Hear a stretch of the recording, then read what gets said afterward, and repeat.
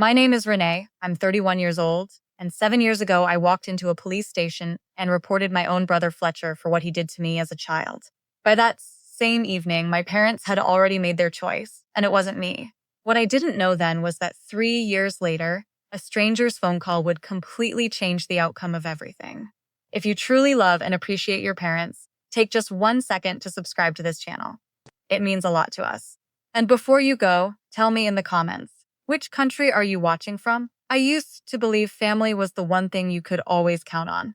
That belief carried me through a difficult childhood, through years of convincing myself that what I remembered couldn't possibly be real. Fletcher was 5 years older than me, the golden child to everyone outside our house, charming and confident, the kind of person who owned a room the second he walked in. My parents adored him. I worshipped him too, the blind way little sisters often do. But between the ages of 8 and 13, things happened to me that I spent 2 decades trying to bury, telling myself I'd imagined them, misunderstood them, been too young to process them properly. I was wrong on every count. The unraveling started quietly in weekly therapy sessions I'd begun for reasons that felt unrelated at the time: trouble sleeping, trouble maintaining relationships, a panic that felt wildly disproportionate to whatever was actually happening around me. My therapist, Dr. Owe, never pushed, but week after week, pieces of memories started surfacing, and after 8 months, I said out loud for the first time in my life what my brother had done. Saying it made it real in a way silence never had. Once it was real, I couldn't put it back in the dark. I reported it. Not for revenge, but because silence had already cost me enough of my life. The detective was thorough and careful. I drove home afterward feeling something unexpected, not relief exactly, but a strange, terrifying clarity. I had finally told the truth. Within 48 hours, my parents called. Fletcher had reached them first. My mother's voice was ice cold in a way I'd never heard directed at me. She said I was destroying the family, making up stories for attention, that she knew her son and he'd never do something like that. My father was quieter, but just as immovable, telling me plainly that no daughter of his would do this, that I needed to retract my statement and apologize to the family. When I refused, he went silent, then hung up. Within a week, I was completely cut off. No calls, no texts. Extended relatives stopped responding. Family friends looked straight through me at his cousin's wedding a month later.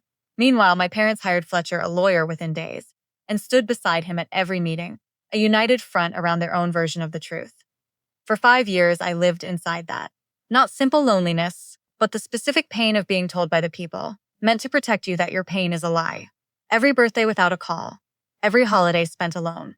I kept going to therapy, kept my job, kept my routine tight, because structure was the only thing keeping me functional. Then, 3 years after I filed my report, one phone call changed everything. It was a Tuesday morning in March. An unknown number buzzed my desk phone, and I almost let it go, like I usually did by then. Something made me answer. A young woman's voice, careful, rehearsed, clearly terrified.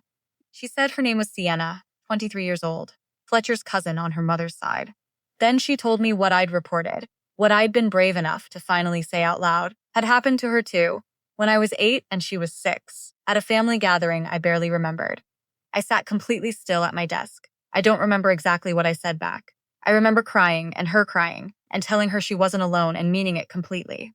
Sienna contacted the detective on my case. 2 weeks later, a second woman came forward, Bridget, older than me, carrying what Fletcher had done to her since she was 9. She'd been at my report hearing years earlier and had gone home that day and finally told her husband everything, though it took her 3 more years to be ready to speak to investigators. A month after Bridget, a third woman came forward, then a fourth. Over the next 18 months, the disclosures kept coming, each one a different woman, a different set of years, a different specific cruelty from a man who had moved through our extended family for decades, absolutely certain he'd never be held accountable. By the time the case went to trial, 7 women had come forward. Cousins, a niece by marriage, a girl who'd grown up next door to our grandparents. 7 women, silenced for years by the same mixture of shame, disbelief, and a family culture built entirely around protecting Fletcher's image. The trial lasted 11 days. I testified first. Walking into that courtroom and seeing Fletcher at the defense table, older now, still carrying that same practiced charm, surrounded by lawyers my parents had paid for, my legs felt unreliable under me. But I sat in that chair, looked at 12 strangers who had no reason to believe or disbelieve me except the truth itself, and told them everything. I spoke for nearly 4 hours. When I finished, I walked outside and sat on a bench in the cold until I felt human again.